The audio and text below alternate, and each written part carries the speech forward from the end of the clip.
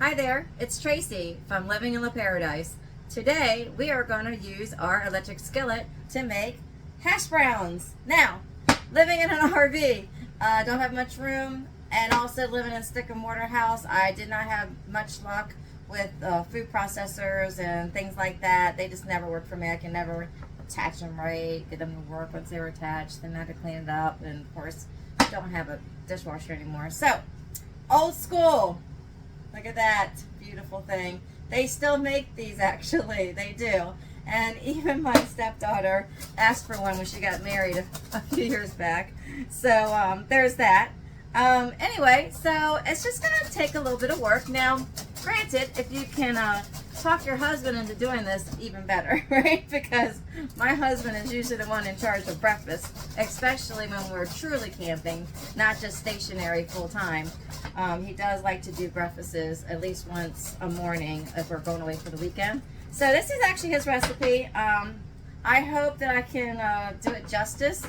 It's going to take me a little bit longer to shred these potatoes than it does him.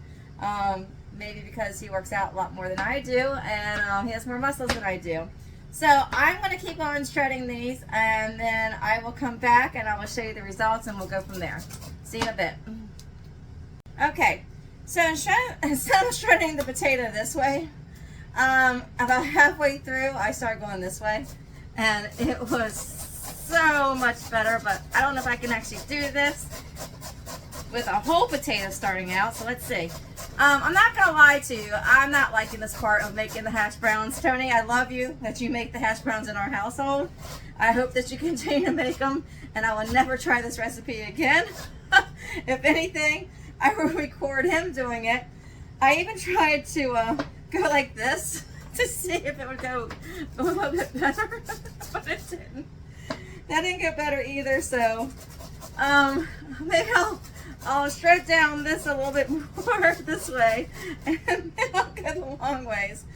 For those of you that do have those little gadgets and you can get them to work all the time, and you don't mind cleaning up the pieces, more power to you. Like I said, usually Tony does this, so I'm working up a sweat here. I'll be back. All right, welcome back. And honestly, it really only took like 5 minutes, but it was torture a little bit there for a while. Anyway, you're going to want to do this on a paper towel, which I just did.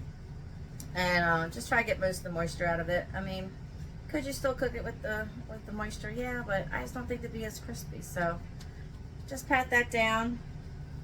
And there it is there. And don't break the paper towel like I just did, because that's where I want to put my electric skillet. We're just going to go with this because you know why? Because let's just pretend this was live TV, and this is what we had to do, and we had to keep going with it. So you just go with the flow and just kind of like talk through it while you clean up the mess, and there you go. It's all done. Anyway, I'm going to get this electric skillet right here. If you joined me earlier, I did cook up some breakfast chicken patties in this, and so since I knew I was going to do this recipe next, I decided to keep the goodness in there. I mean, well, I have all these bits and pieces of flavorful chicken bits and everything, and for sure, I mean, come on, how can you not use that? That's what a good cook does, right? A good cook uses all that stuff. Now, Tony told me to put it on 350, 360. There's not a 360 mark on here, so we're going to start with 350-ish, maybe 370. We're gonna have some butter. I never said all my stuff was healthy, but you know, potatoes are good for you.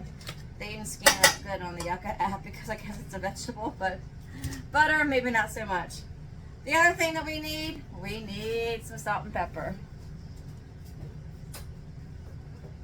Where should I cut it? Ta-da! I don't know why I didn't bring it over earlier. Guess this part's gonna be cut out too. Anyway, let's start over. All right, so now we're back, and we shredded those potatoes. It really only took me about 5 minutes to do. It really wasn't horrible. However, I really do love the fact that Tony does make them and that he does shred them. So I'm going to try this recipe. I mean, I know what the ingredients are. It's just, you know, butter, salt, and pepper, and then shredded potatoes. And what we did too is that we made sure that we put those potatoes on a paper towel, okay? And you just try to just get a much more of that moisture in as you can possibly get.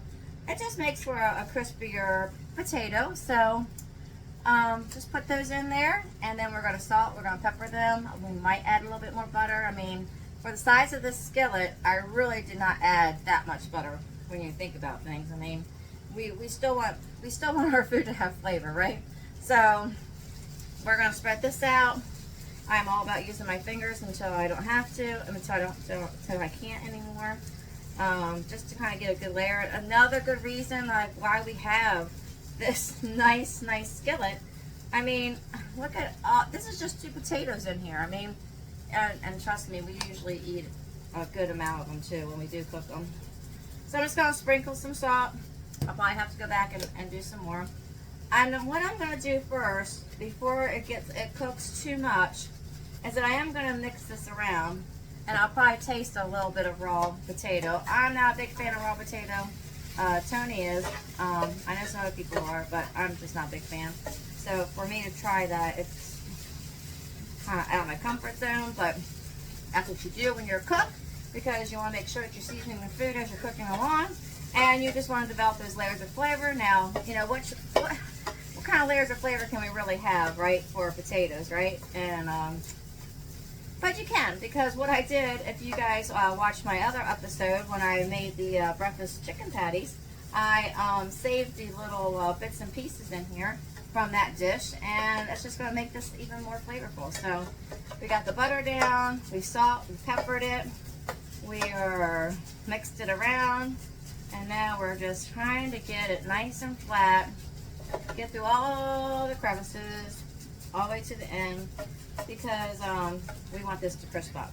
Now, I'm pretty confident that Tony leaves this in the pan just as is until it does start to crisp up. I also believe that he does add a little more butter on the top as it's cooking as well, just to get, again, those layers of flavor. That is seasoned very well, actually. I did a pretty good job the first time around. Let me just try one more, because that might have been, no, it's actually pretty good. All right, so most of the time you would have, like, you know, your little knife over here and all that good stuff. No, I don't have time for that sometimes. I'm just going to dot this butter on top. It's, again, seriously, it's really not that much butter. I mean, that was probably a tablespoon. I probably put in 2 tablespoons before. Let's just say I put 4. That's 2 tablespoons per potato. How much butter do you put in your baked potato and sour cream when you make it, right? So it's really not that bad. We're going to let this sit here for a while. I don't have to really babysit it, which I love about using an electric skillet as well. It's going to keep it at a constant temperature the whole time. The light will go off when it reaches that temperature. That's usually like when I check things, because I figure it's finished cooking on one side. So we'll take a look at that. The light's on right now. It's about a 350 to 360. All right, well, we'll check it back in a minute. Okay, so we're back. It's only been a couple of minutes. I know that they cook a little bit longer than that, but however, if you can see that, I mean, it's already browning there. I mean, look how gorgeous that looks. I mean, it's already browning. So I don't want it to brown too quickly on the side. I do like the fact that I have a crust going on. However, I am going to turn it down just a tad. I'm going to let it just tenderize just a little bit now that I got that crispy part on that one side. I'm going to let it go another 2 minutes, and then I'm going to flip it. We'll take a look at it, and then I'll probably cook another 2 minutes at the 350, 360, and then another 2 minutes lower, just to make sure everything's cooked through, and hopefully that it's been about 2 minutes, so we're going to flip this over now. And what I like to do, and I think that's what Tony does too, is we're going to section this off in quarters, and then we're going to flip it, just because why not get an extra great crispy piece all together. Look how beautiful that is. Oh my gracious. And the pan is just, this is truly, this pan has been underestimated for so many years now with Instant Pots and crock pots and all that stuff. And you know, who just remembers? I mean, the younger generation out there probably doesn't remember, unless you guys are campers. And this is used in a lot of camping sites, I've heard. I guess with people who have electricity when they're camping, not out in the woods camping. But this is when we first got ours, is when we were camping in our smaller Class A rig. Look how gorgeous that is. I mean, it that's not getting prettier than that. That is for sure.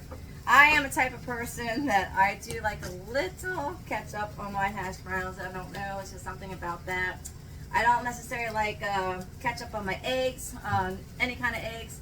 But hash browns, yeah, I don't use ketchup very often, but hash browns is one of them. So we're gonna let this cook. I do have it turned up at 300. I'm gonna just increase it just a little bit, just to make sure I get that that nice crispy skin.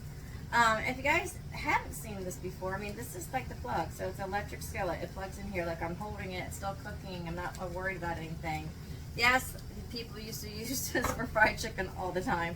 So I mean, this was kind of like the Fry Daddy before the Fry Daddy came into play. This is what so my mom used this a lot. It was smaller. It was a square. She used a lot. I mean, it was pretty interesting. I don't know why I never had one as an adult until we started camping. But I can tell you one thing. It's just gonna be a game changer. I've been looking up some recipes and critiquing some. I'm hoping to make this wings recipe for you that I've never tried before. I'm just curious how it's gonna go in the electric skillet, because it literally, you put everything in the electric skillet and cook it without having to do anything to the wings ahead of time, except for putting this luscious sauce that looks delicious. So we're going to do that recipe as well. And so believe it or not, people cook spaghetti in this electric skillet. They just add whatever sauce, which I will try to make a homemade sauce, because sometimes I cheat just a little bit. And then you throw all the ingredients in there, and then you just ground your meat, put the sauce in, and then you put the spaghetti in uncooked, and then you just let it go, put the cover on. I mean, it comes with a cover. I don't need this cover. I mean, maybe you would want to use this cover if I really thought that this was not going to cook through. I don't know if Tony puts a cover on it. Maybe I should text him and ask him. Anyway, we'll be back in a minute. Alright, so we've taken the lid off. Tony did tell me that I should have the lid on it, so I did. I cooked it at a higher temperature. Then I turned it down, I put the lid on it. We carefully took the lid off. I put it over there in the sink. Be careful, it is hot. I'm going to plate this up now. This is looking very, very good. Look how beautiful that is. Just want to put this on this plate. These are very good heated back up the next day. I mean, seriously, folks. Well, I mean, look how great that is. And yes, I'm not going to have a garnish. Could I put a sprinkle of parsley on here because it's a cooking show, but it's really not a cooking show? Yes, I could do that. I mean, but why, right? But why? There's just absolutely no sense to. I'm not even going to serve it on an individual plate to actually taste it like all the cooks do, because I'm not going to waste that plate, okay? So I'm going to take this bite right there. Look how gorgeous that is. That was so good. I did tell you that I do like ketchup on mine. However, in the tasting stage, and not just sitting outside eating and just, you know, enjoying the scenery and hanging out. I mean, these are these actually do taste really good without ketchup. Later on, I might put ketchup on them, but they are good. You should really try this. I mean, seriously.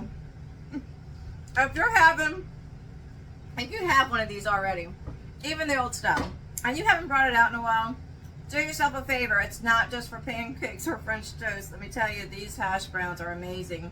Amazing. So enjoy.